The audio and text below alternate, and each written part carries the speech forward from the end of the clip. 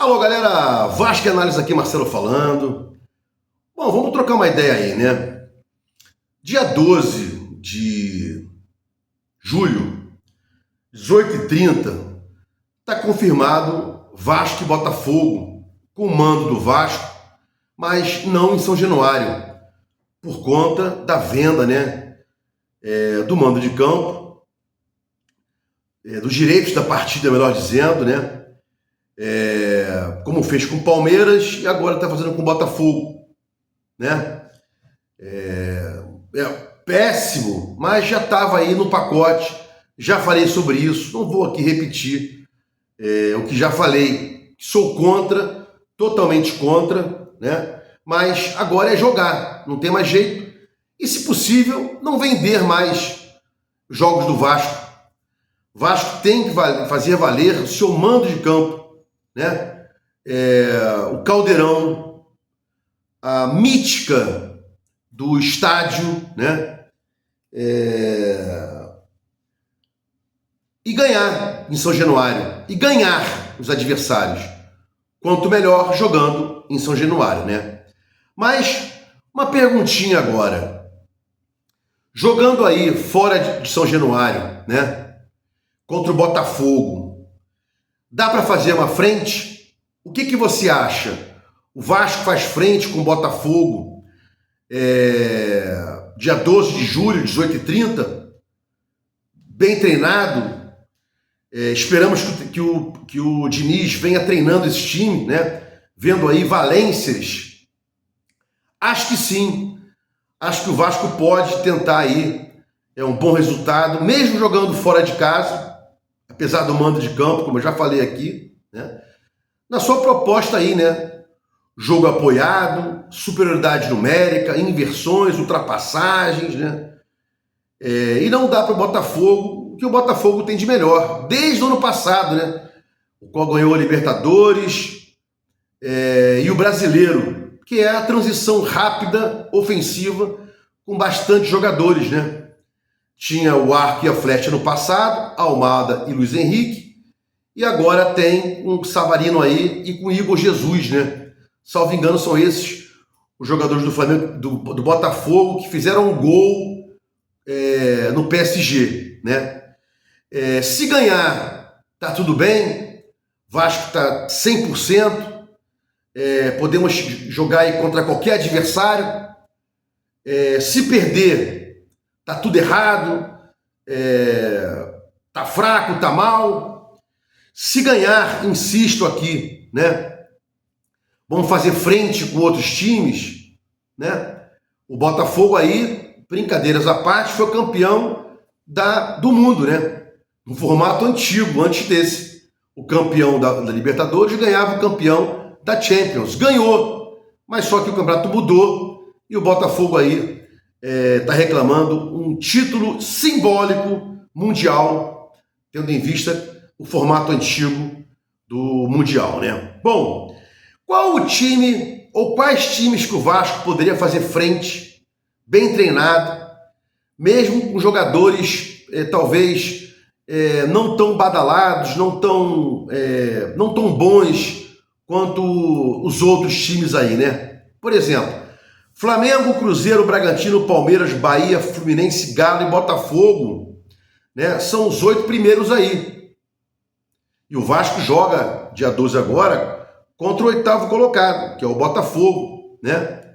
E, não obstante o Bragantino estar em 3º lugar, o Vasco jogou bem em casa. Teve um apagão, levou 2 gols rápidos em São Januário contra o Bragantino, mas depois jogou bem, né? Talvez um empate, mas o Vasco jogou bem. 20 arremates contra 4, e esses 4, a metade, o Bragantino foi lá e fez o gol, né? Qual desses aí, o Vasco, qual dos outros times, o Vasco não jogou ainda, o Vasco pode se dar bem fora ou em casa, né? O Vasco foi lá e ganhou o São Paulo fora. Todo mundo achava que o Vasco ia perder, empatar. O Vasco foi lá e ganhou o São Paulo fora de casa. Corremos o risco de cair? O que vocês acham aí, né? Porque, por exemplo, de cara você verifica o seguinte: Sport, Juventude, Fortaleza, e Inter são os 4 últimos, né? Sport, Juventude, Fortaleza e Inter são os 4 últimos, salvo engano. E tem também o Vitória, que está por ali e tal, e o Ceará, que está um pouquinho mais para frente, mas são times aí que não estão sendo apontados como times que possam ter uma garantia que não irão cair. O Vasco tem essa garantia. Você está preocupado com isso? Eu estou preocupado, sim. O Vasco tem um time enxuto e um elenco limitadíssimo. O Vasco tem um time limitado, enxuto, e um elenco limitado, né? Com poucas peças de reposição. Ninguém que entra muda o panorama do jogo. Tanto é que o Diniz, de forma sábia, vem colocando aí, vem fazendo as modificações com um time com 40 minutos do segundo tempo, 35 do segundo tempo, porque os jogadores que entram não resolvem. Alex Teixeira, né? O Lloyd, os caras não resolvem. Até falei do Lloyd no bloco anterior, no vídeo anterior, né? Que é um erro que tem que ser corrigido. Lloyd é um erro, tem que ser corrigido, corrijam, né? Negociem o Lloyd, não vai jogar no Vasco, né? Inclusive não tem comprometimento. Mas são problemas particulares, familiares, você é um insensível e tal. Não sei, é engraçado, né? Na folga dele, tudo bem e tal. Bom, não vou entrar nesse mérito não, que eu não sou covarde nem leviano, né? Mas acho, por feeling, né, que o Lloyd não é um jogador gregário e muito menos vai resolver em campo, né? Vai mudar alguma situação. Por exemplo, o Mirassol, né, que é um time que subiu aí, tá acima do Vasco. Vasco faz frente com o Mirassol em São Januário. Lá contra o Mirassol fica difícil. Quais jogos que o Vasco vai se dar bem ou pode se dar bem em São Januário, né? No primeiro turno ou no segundo turno, né? Vasco ganha outros adversários fora de casa. Complicado, né? Acho que temos que acompanhar o jogo do dia 5, se for um jogo sério, né? Se ele não fizer muitas modificações, não adianta para ter uma análise. E basicamente, fundamentalmente, o jogo do dia 12 contra o Botafogo, que é um excelente time, né? Demorou até a sair do Mundial, voltar para casa, melhor dizendo, né? Foi eliminado junto aí com o Flamengo e talvez, eu não lembro agora se foi no mesmo dia, no dia posterior, no dia antes, não vou lembrar, mas ficou um tempo mais lá e tal. Alguns jogadores vão descansar e tal, vindo de outros campeonatos, né? Acho que o Vasco tem possibilidade, sim, de fazer um bom campeonato, não ter susto para cair, mas veja, tem que pensar que Sul-Americana e Copa do Brasil é avançar até quando não venha prejudicar o Vasco nesse momento.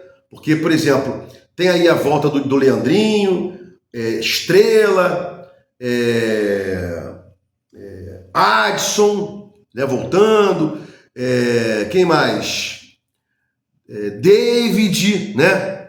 Então, dá para fazer um bom brasileiro, pensando não nessa janela, que talvez não venha jogadores aí. O Admar falou isso, o Admar avisou, não vem jogadores de pompa. E o Thiago Mendes aí, como eu falei no vídeo anterior, não é um jogador que vai resolver e tal. É um segundo volante, que dizem que joga de primeiro volante.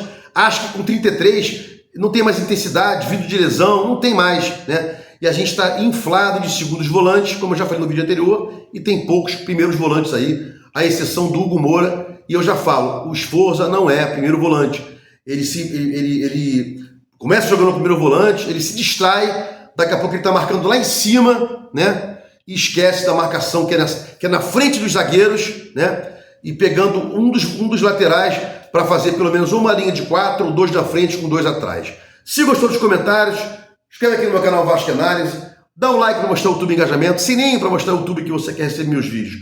Quando forem lá, Vasco Análise, fique com Deus e até o próximo vídeo.